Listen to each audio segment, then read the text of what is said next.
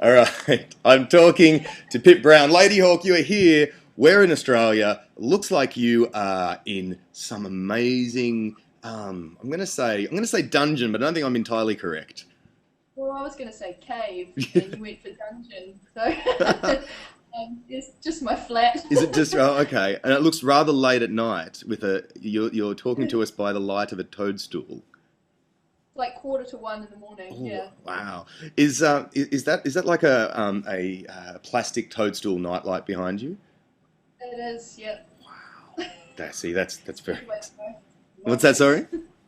Here's a way to ghosts and monsters. Ah, good, good, good. Well, there should be no ghosts and monsters. And at the end of July, when you're in Australia for Splendour in the Grass, very exciting indeed. And as we've been chatting, you're very excited to see Smashing Pumpkins. You've never seen them before. No, no. I wanted to when I was younger, but I wasn't. It was too far away from where I lived. I wasn't allowed to go. Oh dear, dear. But you do have a connection to Smashing Pumpkins in that they were the band that you used to play covers of.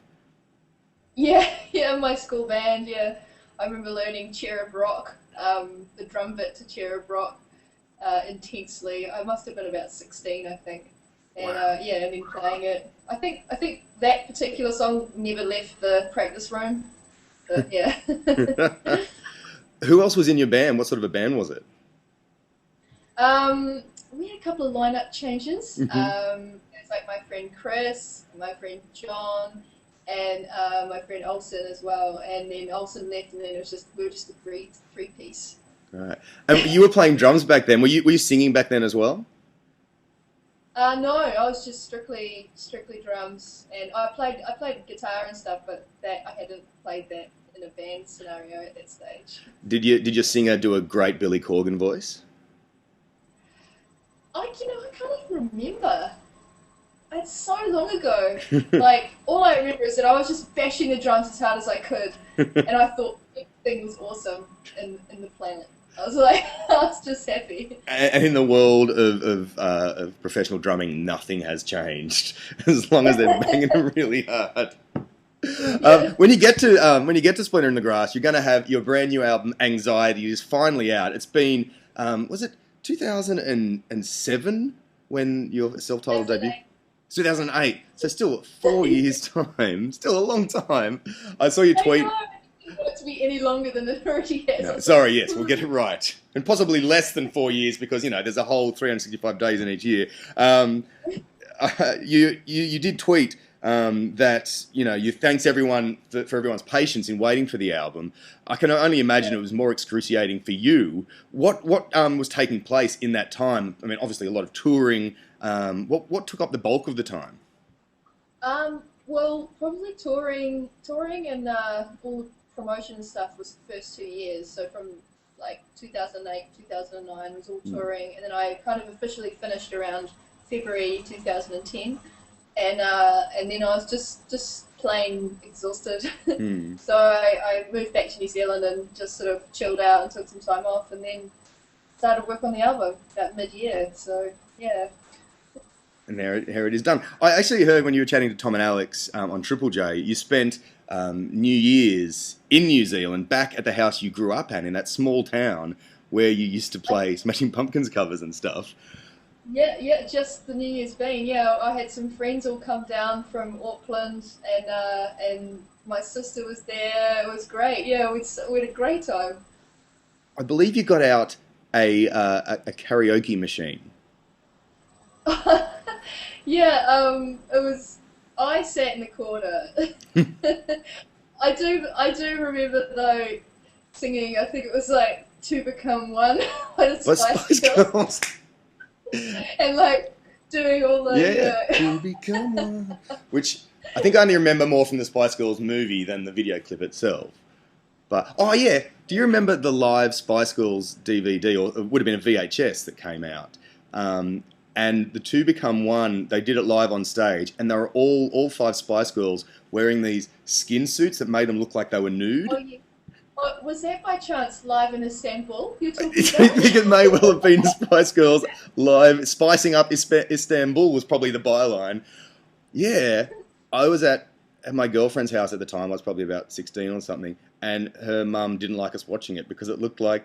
No, sorry, not her mum. Yeah, My but there was girlfriend the song didn't like me watching it. There was the song Naked, wasn't it? Yeah, I was naked. Okay, not to become one. Of course, that would... I know this. How do I know this? That's fine. That's... coming back. It is. It creeps back into your memory, these things. Well, thank you for correcting me on that. And I'm sure it would have been a wonderful rendition of Two Become One. But there's no time for songs like that at Splendour in the Grass, sadly. I'm guessing you won't be pulling out a Spice Girls cover at Splendour. No. Maybe one day. Have you rehearsed for these shows? So you've got a UK tour, then a bunch of Australian dates and New Zealand dates, and then Splendour. Have you gone to the rehearsal room yet? It was in a few weeks ago, and then going back in a couple of days, and rehearsed for a few days, and hopefully that goes well. Nice.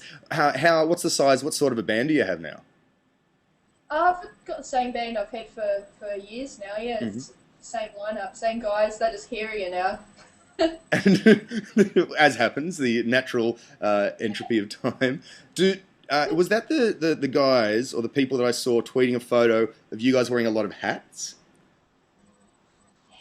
Oh no, that was I was over at dinner at my friend's house the other night, and we just all put hats on. Thought that was cool at the time. Isn't that strange? You were just having dinner, there were hats involved, and now it's on the internet for everyone to see. Yeah. There we go. All right. Well, Ladyhawke, you're going to be in Australia for Splendour in the Grass, playing with some amazing bands, as we've heard, Smashing Pumpkins, and amazing people like Jack White, The Shins, Block Party, Azalea Banks is going to be there, Mike Snow, Lana Del Rey, Kimbra, a person from New Zealand on the lineup as well, at the drive-in. Such amazing bands. Have you seen many of these bands before?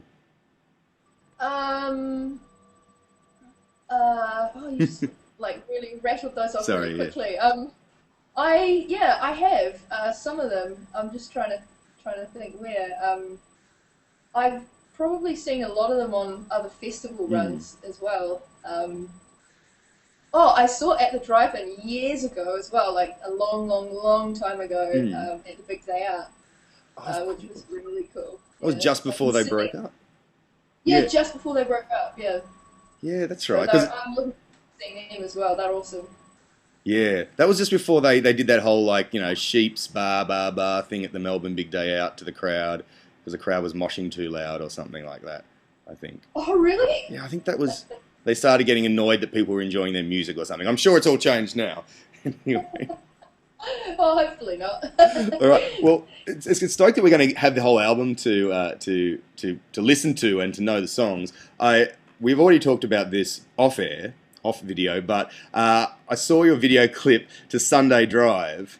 Sunday Drive is not the sort of Sunday Drive you would want to have, generally speaking. You are locked in the boot of a car. Whose idea was that? Miraculously with my guitar. Yeah, well, because we know you're already always prepared. If you're going to get kidnapped, you're going to have your guitar with you. Yeah, it's fused to me, Where did this whole idea come about? It was the director, Matt O'Brien. His dark mind thought up of that. And then, and then we had the DOP, Dave, who worked on the Human Centipede 2, who added his nasty horror flavour to it. I'm glad you mentioned that. That the guy, director of photography, was also worked on Human Centipede 2. That is amazing.